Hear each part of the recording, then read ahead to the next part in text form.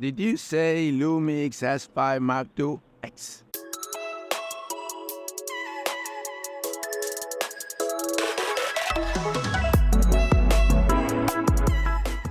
Everybody, welcome back to the channel. Thomas Love here from beautiful Vancouver, British Columbia, and today I don't have a voice anymore.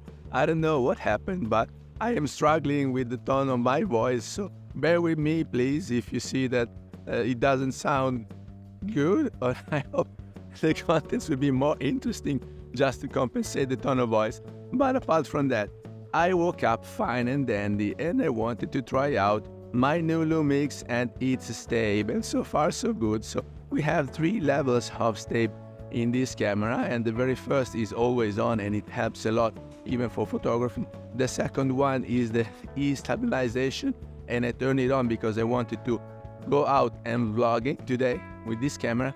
And the third one, which is the boost, they recommend to use it when you are about to record something, but the intent of that use is that the camera is not moving, so it's like simulating having it on a tripod. So if you stay still and record something that is moving, because otherwise you're getting jello effect with that. So I'm in Stabe step number 2 today, and the internal mic, because to my surprise, despite I had my Rode lavalier mic ready, when I popped it in, it didn't recognize it. So unless there's some user error here and there, and that might be the case because it's a fairly new camera to me, so I still have to dig into the menu and see how it performs and fully understand all the settings. But apart from that, I'm very pleased with the end result, with the color that I'm having.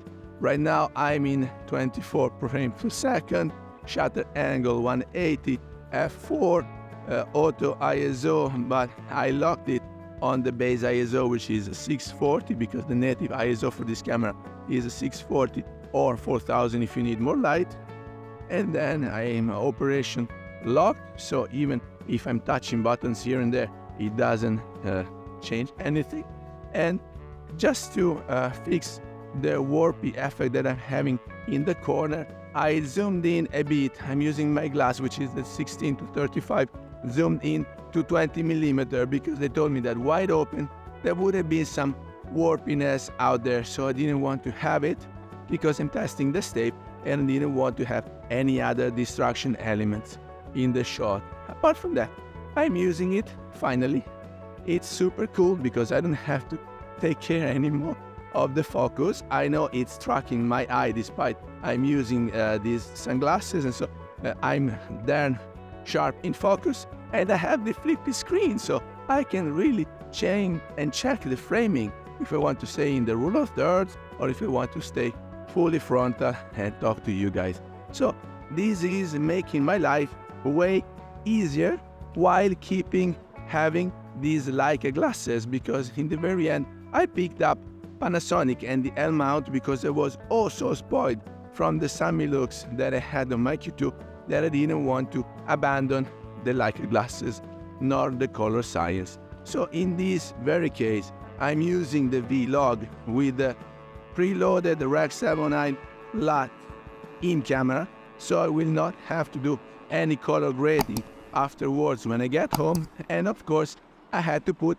an ND filter in front of my glass. Now, I know that this is an expensive camera and expensive glass, but I didn't want to have an expensive ND filter because I'm also clumsy and they might get scratched and ruined all the time. So I got a KN variable ND filter, which covers from ND2 to ND400 or something. I will have to double check the specs if you are interested. Now let's see if I'm able to cross the street. Thank you for that. They stopped to make me cross the street. Guys, after all, we are in Canada and people, they are all so nice. Even if you just pop out of nowhere coming from the field, they will stop to let you cross. So, shallow depth of field, not so shallow because it's f4 glass and it's wide open right now. So despite it's an f4, it's a wide open aperture, so it's not so shallow depth of field.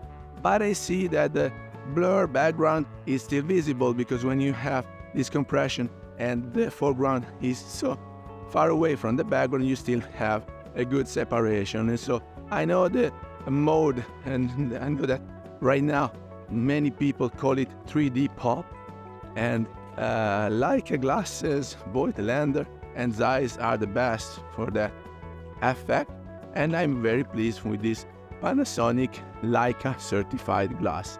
So I might get another glass not anytime soon. So they told me that I'm getting probably a few glasses just to test in the next coming weeks, so stay tuned, because I will put them on my Lumix and see how it performs.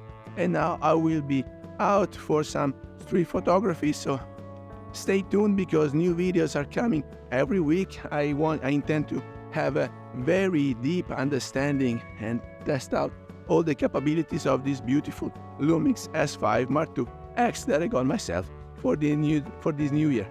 How does the stab look like? It seems like, yeah, I don't see bouncing here and there, and I'm walking, and I'm not walking with any caution, while if I switch back to 16mm, maybe it starts being a bit warpy in the corners. Let me know what do you think. That's a good dynamic range. That's a good focusing, right? Yes, AF, IBIS, dynamic range. We couldn't ask for more. Right, so I hit the thumb wheel now. I'm in operation lock because this thumb wheel is on the corner, and so many times you will move it and it was not at 180 angle anymore, it was at 240. That was too much, and so the motion blur was not the one we are used to. Now I fixed it, ideally. And how does the stab look like? I'm walking steady with no any particular caution when I'm walking, so I'm not trying to simulate a gimbal, I'm just holding it in front of me.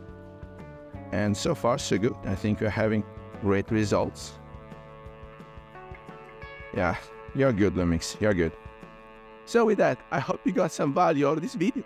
If you did, please remember to like it, share it on your social media, subscribe to the channel so you won't miss any videos to come, and I guess I will see you later. Thank you, bye bye.